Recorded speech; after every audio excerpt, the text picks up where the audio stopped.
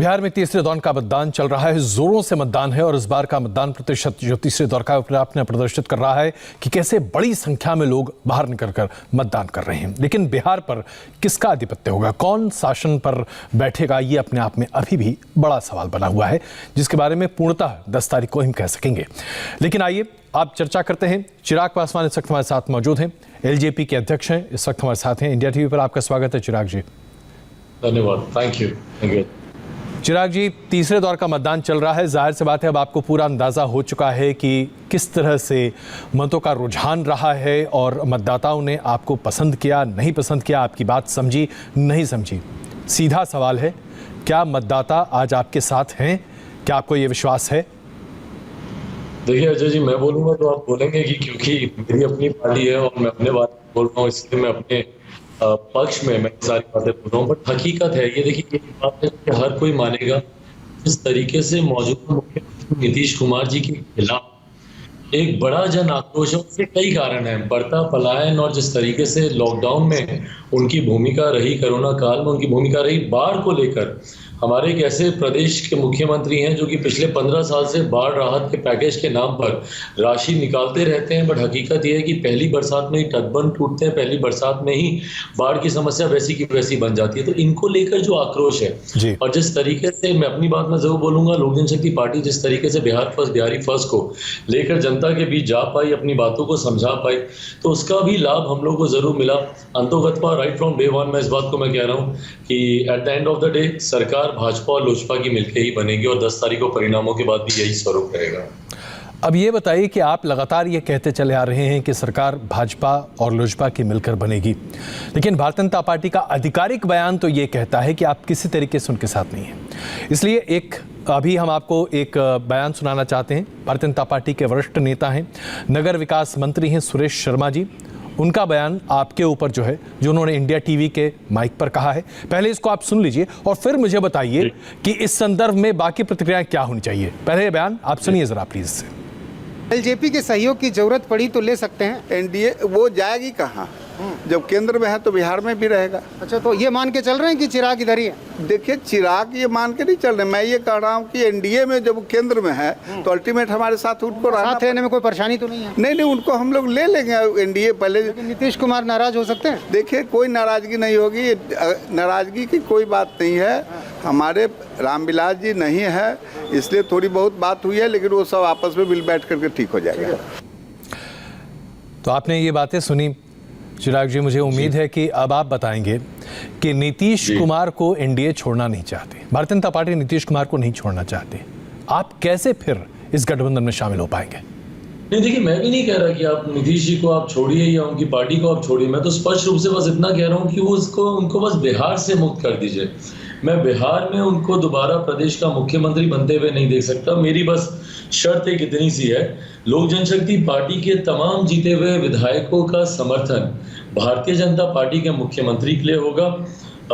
उसके अलावा मौजूदा मुख्यमंत्री नीतीश कुमार जी के लिए अगर आप कहेंगे तो हम लोग का कोई समर्थन नहीं होगा। महागठबंधन के किसी नेता के लिए हम लोग का कोई समर्थन नहीं होगा। हम लोग का लक्ष्य है कि भाजपा के नेतृत्व में बिहार में भाजपा लोजपा की सरकार बने और उसके लिए हमारे तमाम विधायक समर्थन करेंगे। लेकिन जो परिस्थिति है उसमें तो ये बात स्पष्ट है, क्योंकि भारतीय जनता पार्टी बार बार कह रही है कि अगर हम जीते तो मुख्यमंत्री नीतीश कुमार जी ही होंगे। फिर आपकी इस बात को हम समझ नहीं पा रहे कि कैसे होगा। जी,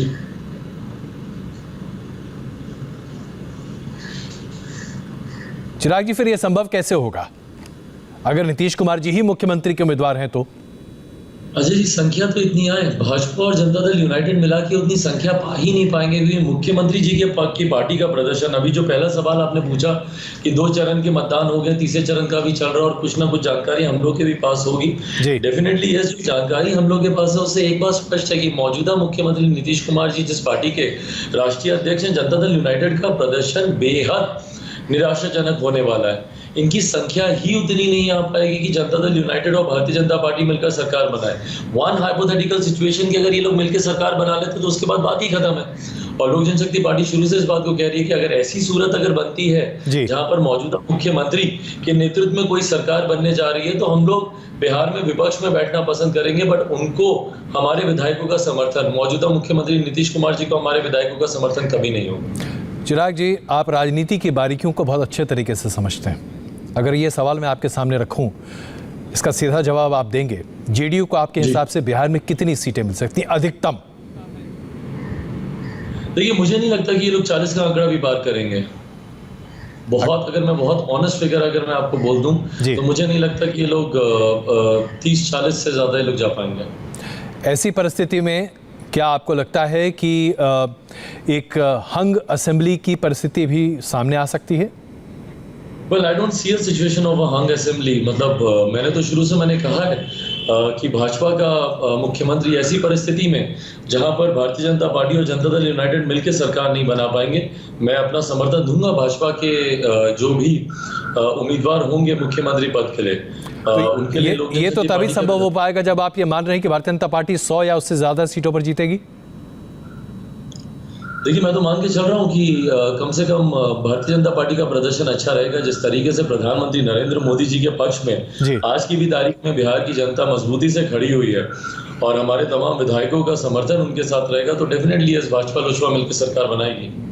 अब ऐसे में जो तमाम रैलियां हैं जिनमें हम देख रहे हैं कि तेजस्वी यादव की रैली में बहुत जन समर्थन आ रहा है, लोग उमड़ रहे हैं। अब देखिए वो वोट में कन्वर्ट होता है या नहीं, ये हम जैसे पत्रकारों के लिए कहना बड़ा मुश्किल है। आप जमीन पर हैं, आप ज्यादा बेहतर जानते हैं। आपको क्या लगता है तेजस्वी किस तरह से लोगों के बीच में अपनी जगह बना पा रहे हैं और क्या वजह है? देखिए, तेजस्वी, अगर मैं इस बात को बहुत ईमानदारी से मैं बोलूंगा, विपक्ष में इसलिए नहीं, बट अगर आप तेजस्वी देखें तो जिस तरीके से लालू जी की कार्यशैली रही है तो इनका एक फिक्स एक वोट बैंक हमेशा से रहा है जो जातीयता के आधार पर जिस तरीके से जनता दल यूनाइटेड राजनीति करती है, जिस तरीके से राष्ट्रीय जनता दल राजनीति करती है, और ये समीकरण की बात करते हैं, एमवाई समीकरण लंबे समय से ज़्यादा मुसलमानों की ये बात करते हैं और ये बोलते हैं कि भैया ये जाति हम लोग के साथ काम करती है, तो इन लोगों का एक बेसिक एक वोट बैंक इन लोगों का रहा है। अगर आप 2019 के भी अगर आप लोकसभा के चुनाव भी अगर आप देखें तो उस वक्त भी इसी हिसाब से इनकी सभाओं में भीड़ आती थी, बट हम लोगों ने देखा कि लोकसभा के चुनाव के वक्त भी ये भीड़ कम से कम वोटों में परिवर्तित नहीं हो पाई। और आज की भी तारीख में ये बात एकदम स्पष्ट है कि ये भीड़ जिस तरीके से वहां पर आ रही है, इसकी संख्या इन टर्म्स ऑफ इलेक्टोरल्स उतनी नहीं होंगी कि ये सीटें उतनी जीत पाए। अब आते हैं नीतीश कुमार जी पर। नीतीश कुमार जी ने अपनी रैली के आखिरी पड़ाव पर यह कह दिया कि ये आखिरी चुनाव है मेरा। इसके बाद स्पष्टीकरण आ रहे हैं, भारतीय जनता पार्टी की तरफ से भी आ रहे हैं, जेडीयू की तरफ से भी आ रहे हैं। आपको लगता है कि अगर नीतीश कुमार जी को ये कहना ही था कि ये उनका आखिरी चुनाव है तो पहले मतदान के दौर से पहले कहना चाहिए था, या दरअसल आपको लगता है कि वो एक बार फिर मंत्री बनना चाहते हैं लेकिन रिस्पॉन्सिबिलिटी नहीं लेना चाहते? देखिए, कहीं ना कहीं इनका बयान इनको बैकफायर कर गया और इस बात का अंदाजा इनको बोलते ही हो गया, और इज द रीजन व्हाई कि इनके दल से, इनके सहयोगियों की तरफ से निरंतरता में इसके ऊपर क्लैरिफिकेशंस आ रहे थे। बार बार ये लोग कह रहे थे कि नहीं, उनके कहने का ये मतलब है तो उनके कहने का वो मतलब है। इन्होंने ईमानदारी से एक सिंपैथी कार्ड इन्होंने खेलने की इन्होंने कोशिश की कि अगर मैं ये बोलूंगा कि मेरा आखिरी चुनाव है तो संभवतः जो लास्ट फेज की जो सीटें हैं ये कहीं ना कहीं बिहार की जनता भावुक होकर या इमोशनल होकर इनके पक्ष में मतदान करेगी। आज की तारीख में जनता इतनी जागरूक है, वो इस बात को समझ रही है। भैया अभी कुछ दिन पहले ही किसी एक निजी चैनल पर ही मैं इनका इंटरव्यू देख रहा था और उस चैनल पर इन्होंने स्पष्ट रूप से इस बात को बोला कि जब तक बिहार की जनता चाहेगी मैं सेवा करूंगा, जब तक लोग चाहेंगे मैं सत्ता में मैं रहूंगा, बना रहूंगा, उनकी सेवा में रहूंगा। तो आज क्या ऐसा हो गया कि आप एकदम से आप ये बोल रहे हैं कि भैया ये आपका आखिरी चुनाव है? तो कहीं ना कहीं हार का अंदाजा मौजूदा मुख्यमंत्री नीतीश कुमार जी को हो गया है, एक बात। दूसरी बात ये, जिस तरीके से जांच अब शुरू हो गई है 7 निश्चय भ्रष्टाचार को लेकर निरंतरता में, मैं शुरू से मैं इस बात को बोलता रहा हूं कि बिहार के इतिहास की सबसे बड़ी भ्रष्टाचार की योजना है और उसको लेकर जैसा आपने देखा कि जांच शुरू हो गई है। अब तो ईडी की भी इसमें इन्वॉल्वमेंट हो गई है। पहले आयकर के छापे मारे जा रहे थे, कल से जिस तरीके से ईडी की भी इन्वॉल्वमेंट इसमें हो गई, कहीं ना कहीं ये जांच की आज मुख्यमंत्री नीतीश कुमार जी तक भी जाएगी। उस बात से भी मुख्यमंत्री काफी चिंतित हैं, काफी परेशान है, क्योंकि संभव ही नहीं है कि 7 निश्चय में इनकी जानकारी के बिना भ्रष्टाचार हुआ हो या शराबबंदी में मुख्यमंत्री के बिना भ्रष्टाचार हुआ हो। तो जितनी भी योजनाओं में मुख्यमंत्री ने भ्रष्टाचार किया, इनको लगा कि कहीं ना कहीं मैं संन्यास की घोषणा करता हूं। पर इस बात को मैं स्पष्ट कर दूं आपके चैनल से कि अगर ये संन्यास लेकर सोच रहे हैं कि एकांतवास में चले जाएंगे और इनके ऊपर वो जांच की आंच नहीं आएगी, मैं ऐसा होने नहीं दूंगा। ये जहां पर भी रहेंगे जांच होगी और जांच में मौजूदा मुख्यमंत्री नीतीश कुमार जी दोषी पाए गए तो इनके ऊपर भी कार्रवाई होगी, जेल इनको जाना पड़ेगा। चिराग जी, आप साफ गोई में बहुत माहिर हैं और इसकी कदर बहुत सारे लोग करते हैं। सीधा सवाल पूछ रहा हूं, क्या आपको लगता है कि नीतीश कुमार जी दोहरी बातें करते हैं? कभी कुछ सत्ता ही उनका लक्ष्य है? बिल्कुल 100% दोहरी बातें करता हूँ। मुख्यमंत्री नीतीश कुमार जी जाने जाते हैं। आपको शायद याद होगा कि बिहार की विधानसभा में, और आप सबके पास वो कहीं ना कहीं विजुअल होंगे, बिहार की विधानसभा में क्या कहा था मुख्यमंत्री ने कि मैं कुछ हो जाएगा, मैं भारतीय जनता पार्टी के साथ मैं कभी नहीं जाऊंगा। इन्होंने जब महागठबंधन के साथ इन्होंने मिलकर सरकार बनाई थी, मैं वो एग्जैक्ट वाक्य मेरे दिमाग में नहीं आ रहा, बट इन्होंने काफी जोर डालकर इन्होंने बात कही थी कि कुछ भी हो जाएगा पर मैं भारतीय जनता पार्टी के साथ मैं कभी नहीं जाऊंगा। उसके साथ मिलकर इन्होंने सरकार बनाई। लालू राज को ये निरंतरता में ये कोसते रहे, जंगल राज की उपाधि उनको देते रहे। 2005 में लालू जी का विकल्प बनकर ये प्रदेश के मुख्यमंत्री बने और अंतोगत में इन्होंने जाकर लालू जी के साथ ही 2015 में इन्होंने सरकार बना ली। इससे पहले भी कितने ऐसे बयान हैं जिन नरेंद्र मोदी जी को सांप्रदायिक कहते नहीं थक रहे थे। और खास तौर पर जिस तरीके से गुजरात में दंगे हुए थे, उसके बाद जिस तरीके से इन्होंने उनकी आलोचना की थी, सारी बातें कही थी, और उसके बाद उन्हीं के साथ मिलकर सरकार बनाने, तमाम तरीके की ऐसी बातें मुख्यमंत्री जी का व्यक्तित्व रहा है कि ये कहते कुछ हैं, उसके बाद करते कुछ हैं। तभी आज भी मैं इस बात को बहुत स्पष्ट तरीके से मैं कह रहा हूँ। आप देखिएगा अभी 3 दिन बाकी हैं, 2 दिन के बाद परिणाम आएगा तीसरे दिन, और उस दिन आप देखेंगे आज ये जिस लालू जी को कोस रहे हैं, कल को अगर जरूरत पड़ेगी उन्हीं के साथ मिलकर ये फिर से 2020 में मुख्यमंत्री बनने के लिए महागठबंधन के साथ भी वापस जा सकते हैं। चिराग जी, आपने खुले तौर पर कहा आप हनुमान हैं, सीना चीर कर देखो, भारतीय जनता पार्टी और प्रधानमंत्री नरेंद्र मोदी की तस्वीर वहां दिखाई देगी। लेकिन इसके बावजूद भारतीय जनता पार्टी नीतीश कुमार जी के साथ ही है, आपके साथ है, ऐसा कम से कम आधिकारिक तौर पर तो बातें सामने नहीं आ रही। क्या आपको लगता है कि भारतीय जनता पार्टी एक नौजवान नेता के साथ बाजी खेलने में जरा घबरा रही है, या क्या दिक्कत है? क्यों नहीं हनुमान को अपना रहे हैं भारतीय जनता पार्टी? अजय भाई देखिए, मेरी ऑनेस्टली भाजपा की किसी भी नेता से मेरी कोई नाराजगी नहीं है, क्योंकि मैं समझ रहा हूँ। और देखिए क्योंकि मैं खुद भी युवा हूँ, मैं भी सारी चीजें सीखता हूँ, इन्हीं से ही मैं सीख रहा हूँ। प्रधानमंत्री नरेंद्र मोदी जी से, अमित शाह जी से, जेपी नड्डा जी से मैं सारी बातें सीखता हूँ कि इन्होंने एक बार गठबंधन धर्म का इन्होंने वादा किया, आखिर तक उस गठबंधन को इन्होंने निभाया। टेक्निकली औपचारिक तौर पर आज भी भारतीय जनता पार्टी और जनता दल यूनाइटेड ही गठबंधन में है। और जिस तरीके से प्रधानमंत्री जी ने और गृह मंत्री जी जो उस वक्त भारतीय जनता पार्टी के राष्ट्रीय अध्यक्ष भी थे, उन्होंने एक बार इस बात की घोषणा की थी कि नेतृत्व मुख्यमंत्री नीतीश कुमार जी का रहेगा, और अंतोगत आखिर तक अंत तक इन्होंने अपने उस बात को इन्होंने निभाया। बट बहरहाल आज की तारीख में भारतीय जनता पार्टी के नेता क्या कह रहे हैं, नहीं कह रहे हैं, मुझे समझ में आ रहा है। क्यों? क्योंकि आवाज उनकी है बट विचार शब्द मुख्यमंत्री नीतीश कुमार जी के ही हैं। गठबंधन में ये है, मुख्यमंत्री बार बार दबाव डालते हैं कि आप बोलिए कि हम चिराग के साथ नहीं हैं, आप बोलिए हम चिराग के साथ नहीं है। मुख्यमंत्री जी को संतुष्टि नहीं होती जब तक वो दिन में 10 बार ऐसी बातें सुन नहीं लेते। प्रधानमंत्री जी के भी मन से निरंतर ये सुनने का प्रयास कर रहे थे कि प्रधानमंत्री एक बार बोल दें कि वो चिराग के साथ नहीं है। मैं तो बोलता हूँ कि प्रधानमंत्री भी अगर बोल देते तो शायद ये देश के राष्ट्रपति के सामने अपील करते कि अब आप भी बोले कि भाजपा चिराग के साथ नहीं है। ये ट्रंप तक भी जा सकते थे, यूएनओ में भी जा सकते हैं इस बात को बुलवाने के लिए। बट बहरहाल भाजपा के नेता क्या बोलते हैं नहीं बोलते हैं, इससे मुझे कोई बहुत ज्यादा चिंता नहीं है। मेरा विश्वास मेरे प्रधानमंत्री नरेंद्र मोदी जी पर है। मैं उनके साथ कल भी गठबंधन में था, आज भी हूं, और हमेशा अपने प्रधानमंत्री नरेंद्र मोदी जी के साथ रहूंगा। चिराग जी, तीसरे दौर के मतदान के पहले, क्योंकि तीसरे दौर के मतदान में तकरीबन 24 से 25 ऐसी विधानसभा की सीटें हैं जिसमें मुस्लिम बहुल इलाके हैं, और वहाँ पर मुसलमान वोट बहुत बड़े पैमाने पर तय कर सकते हैं कि नतीजा क्या निकलेगा। हमने देखा कि एनआरसी और सीएए पर जेडीयू के बयान बड़े मुखर हो गए। है किसी में दम तो मुसलमानों को बिहार से निकाल कर दिखा दो। ये क्या था? इसे किस नजरिए से देखें? ये विरोधाभास दिखाता है जो कि तथाकथित गठबंधन में दोनों दल हैं। आप मुझे बताइए कितना असहज परिस्थिति है, और उसको मुख्यमंत्री नीतीश कुमार जी को स्पष्ट भी करना चाहिए। जिस मंच पर नीतीश कुमार जी मौजूद रहते हैं उसी मंच से प्रधानमंत्री धारा 370 की बात करते हैं, जिसका इन्होंने विरोध किया था पार्लियामेंट में। इन लोगों ने वॉकआउट किया था जब ये बिल पार्लियामेंट में इंट्रोड्यूस किया गया था सीए एनआरसी के खिलाफ। तो मौजूदा मुख्यमंत्री नीतीश कुमार जी ने बिहार की विधानसभा में इन्होंने प्रस्ताव तक इन्होंने पारित करने का काम किया। उसके बाद आज जब बिहार में योगी आदित्यनाथ जी आते हैं और उसके बाद इस तरीके से घुसपैठियों को लेकर अपना बयान देते हैं, जिसका तुरंत मुख्यमंत्री रिप्लाई करते हैं कि बिहार में किसकी हिम्मत है जो बिहारियों को यहाँ से बाहर करे। तो ये जो असहजता है बयानों में, जो वैचारिक मतभेद भारतीय जनता पार्टी और जनता दल यूनाइटेड के नेताओं में देखने को मिल रहे हैं, ये जनता भी देख रही है इस बात को कि एक गठबंधन का नेता कुछ और बातें बोल रहे हैं, आप कुछ और बातें आप कर रहे हो। और ये निरंतरता में इस तरीके के बयान बिहार विधानसभा चुनाव में हम लोग को देखने सुनने को मिले।